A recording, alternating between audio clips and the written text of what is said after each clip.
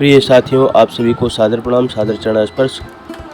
बंधुओं, आज हम विशेष चर्चा करेंगे भगवान शिव के उस माह की जो मलमास के नाम से प्रसिद्ध है और विशिष्ट पूजा प्रतिष्ठा भगवान भोलेनाथ को इस माह में दी जाती है। बंधुओं, हम जो कुछ भी जानकारी आप लोगों के लिए लेकर आते हैं वो शास्त्र सम्मत होती है। कृपया आप लोग इन सभी छोटी छोटी रहस्यमयी बातों को अपने सत्य सनातन वैदिक धर्म के लिए जरूर याद रखें। हर विशेष चर्चा का एक अलग महत्व होता है बंधुओं, और उनमें एक से एक रहस्यमयी बातें आप लोगों को जानने को मिलेंगी, सुनने को मिलेंगी। और जब सुनेंगे और जानेंगे तो हम लोगों को अपने सत्य सनातन वैदिक धर्म के बारे में जानने की और जिज्ञासा बढ़ेगी। और हर विशिष्ट पर्व पर हम लोग बड़े नियम और संयम से अपने इष्ट देवों का पूजन कर पाएंगे और चाव से करेंगे। एक उसका अलग महत्व होगा। बंधुओं, सतयुग में राक्षस राज हिरण्यकश्यप ने मृत्यु से अपने हर संभव बचाव हेतु ब्रह्मा जी से तमाम वर मांगे थे। बंधुओं, वर मांगते समय हिरण्यकश्यप ने बहुत सावधानियां की थी। बंधुओं, उन्होंने ब्रह्मा जी से यह वरदान मांगा कि मैं धरती पे ना मरूं, और ना ही आकाश में और ना ही पाताल में, ना मैं दिन में मरूं, ना मैं रात में मरूं।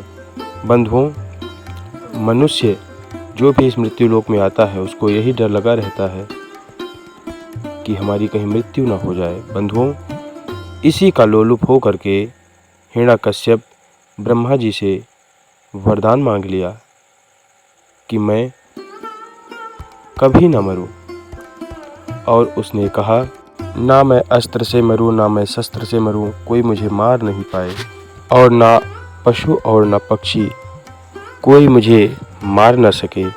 बंधुओं, मनुष्य की कामना जो होती है वो कभी खत्म नहीं होती है। और मांगते मांगते उसने यह भी वर ब्रह्मा जी से मांगा। उसने कहा, हे ब्रह्मा जी, मैं 12 महीने में से किसी महीने में ना मरूं। बंधुओं, मनुष्य की खोपड़ी जो होती है बहुत बुद्धिजीवी होती है। उसने कहा कि 12वें महीने में मैं ना मरूं, यानी कि 365 दिन जो होता है उसमें कभी उसकी मृत्यु ना हो। बंधुओं, जब हिरण्यकश्यप ने ऐसा वरदान मांग लिया तो भगवान के लिए भी यह कार्य कठिन हो गया कि उसकी मृत्यु कैसे होगी। तब भगवान ने उसे मारने के लिए 13वां महीना बनाया था। और उधर ज्योतिष शास्त्र के अनुसार हिंदू कैलेंडर में सूर्य वर्ष 365 दिन और चंद्रवर्ष 354 दिन में 11 दिन के अंतर को पाटने के उद्देश्य से लगभग हर 3 वर्ष में एक नया 13वां महीना प्रकट हो जाता है, जिसे अधिक मास कहते हैं। इस माह में सूर्य की संक्रांति न पड़ने के कारण इसमें समस्त लौकिक पुण्य कर्म वर्जित थे, जिसके कारण इसका नाम मल मास पड़ गया था। बंधुओं, मल का अर्थ होता है गंदा, मैला।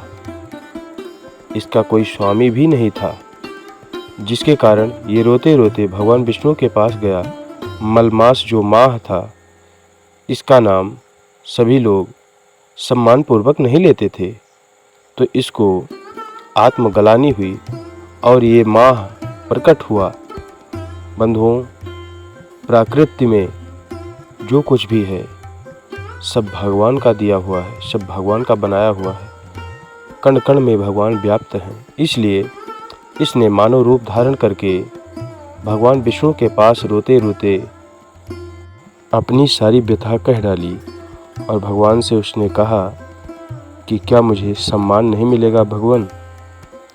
तो भगवान विष्णु ने कहा कि हे मलमास माह, जिसका कोई नहीं होता उसका मैं होता हूँ। अब तू मेरी शरण में आ गया है तुझे घबराने की कोई आवश्यकता नहीं है। मैं तुझे अपना कर आज से अपना नाम देता हूँ। आज से तू पुरुषोत्तम मास कहलाएगा और तेरे गुण, तेरी महिमा सब मेरे जैसी होगी। तेरी अवधि में जो भी भक्ति भाव से मेरी आराधना करेगा उसके सारे मनोरथ मैं पूर्ण करूँगा। इसलिए सभी विवेकी लोग इस विशेष मास की प्रतीक्षा करते रहते हैं कि ये कब आएगा, और जब भी आएगा तो हमारा मनोरथ सिद्ध हो जाएगा। बंधुओं, अब की बार का ये मलमास 18 जुलाई से 16 अगस्त तक चलेगा। बंधुओं, इसमें किया गया कोई भी आध्यात्मिक कार्य, पूजा पाठ, भक्ति, जप, तप, योग, ध्यान, सेवा, दान आदि 8 गुना बढ़कर फल देता है। यह मास हर व्यक्ति के लिए तन मन से पवित्र होने और अपनी चेतना को जागृत अवस्था में बनाने का समय है। इस दौरान की गई साधना से समस्त कुंडली दोषों का निवारण भी हो जाता है। तो मेरा आपसे निवेदन है कि इस दुर्लभ स्वर्णिम अवसर को बिल्कुल भी हाथ से न जाने दें। और यदि आप लोग कोई साधना करना चाहते हैं इस मलमास में तो ज़रूर करिए। आप लोगों का सभी कार्य सिद्ध हो जाएगा। बंधुओं, आइए हम अपने मंजिल की थोड़ा और जानकारी ले लेते हैं। बंधुओं, पद्म पुराण में एक कथा और भी है और उसमें लिखा गया है, एक बार एक शिकारी शिकार करने गया। शिकार नहीं मिला, थकान हुई और एक वृक्ष के नीचे आकर सो गया। पवन का वेग अधिक था तो वृक्ष की छाया कभी कम ज़्यादा हो जाया करती थी। डालियों के यहाँ वहाँ हिलने के कारण वहीं से एक अति सुंदर हंस उड़कर जा रहा था। उस हंस ने देखा कि वह व्यक्ति बेचारा परेशान हो रहा है, धूप उसके मुंह पर आ जा रही है तो ठीक से सो नहीं पा रहा है। तो वह हंस पेड़ की डाली पर अपने पंख को खोलकर बैठ गया ताकि उसकी छांव में वह शिकारी आराम से सो पाए। जब वह सो रहा था तभी एक कौवा आकर उसी डाली पर बैठ गया। इधर उधर देखा और बिना कुछ सोचे समझे शिकारी के ऊपर अपना मल विसर्जन कर दिया। बंधुओं, रहस्यमयी बातों को ध्यान से जरूर सुनना। और मल विसर्जन करने के बाद वहाँ से उड़ गया। तभी शिकारी उठकर देखा और उसको रोष आ गया। उसने देखा कि यहाँ तो हंस के अलावा और कोई नहीं है और उसकी नज़र हंस पर पड़ी। उसने तुरंत धनुष बाण निकाला और उस हंस को मार दिया। हंस नीचे गिरा और मरते मरते हंस ने कहा, मैं तो आपकी सेवा कर रहा था, मैं तो आपको छांव दे रहा था, आपने मुझे ही मार दिया, इसमें मेरा क्या दोष। उस समय उस पद्म पुराण के शिकारी ने कहा, यद्यपि आपका जन्म उच्च परिवार में हुआ, आपकी सोच आपके तन की तरह ही सुंदर है, आपके संस्कार शुद्ध हैं, यहाँ तक कि आप अच्छे इरादे से मेरे लिए पेड़ की डाली पर बैठे मेरी सेवा कर रहे थे। लेकिन आपसे एक गलती हो गई कि जब आपके पास कौवा आकर बैठा तो आपको उसी समय उड़ जाना चाहिए था।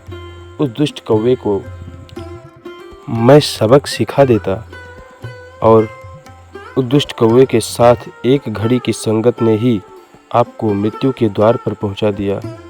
बंधुओं, शिक्षा, हम लोगों को इस कहानी से क्या शिक्षा मिलती है? संसार में संगति का सदैव ध्यान रखना चाहिए। जो परमहंस हैं उन्हें कौवों की सभा से दूरी बनाए रखना चाहिए। कबीर साहब कहते हैं कि मनुष्य जन्म पाकर सच्चे संत की संगति करनी चाहिए और भगवान के गुण गाने चाहिए। आप सभी को सादर प्रणाम, सादर जय श्री राम। बंधुओं, मैं आशा करता हूँ कि मैंने जो कुछ भी गुरुजनों की कृपा से थोड़ी बहुत जानकारी पाई है आप लोगों से शेयर करता हूँ। बंधुओं, यद्यपि मुझसे बोलने चालने में कोई गलती होती है तो क्षमा कर देना। बंधुओं, मैं कोई संत नहीं हूँ, मैं बहुत बड़ा ज्ञानी पुरुष नहीं हूँ। छोटी छोटी जानकारियों के साथ आप लोगों के साथ मैं हाजिर रहता हूँ। मैं आपके एक दोस्त जैसा हूँ।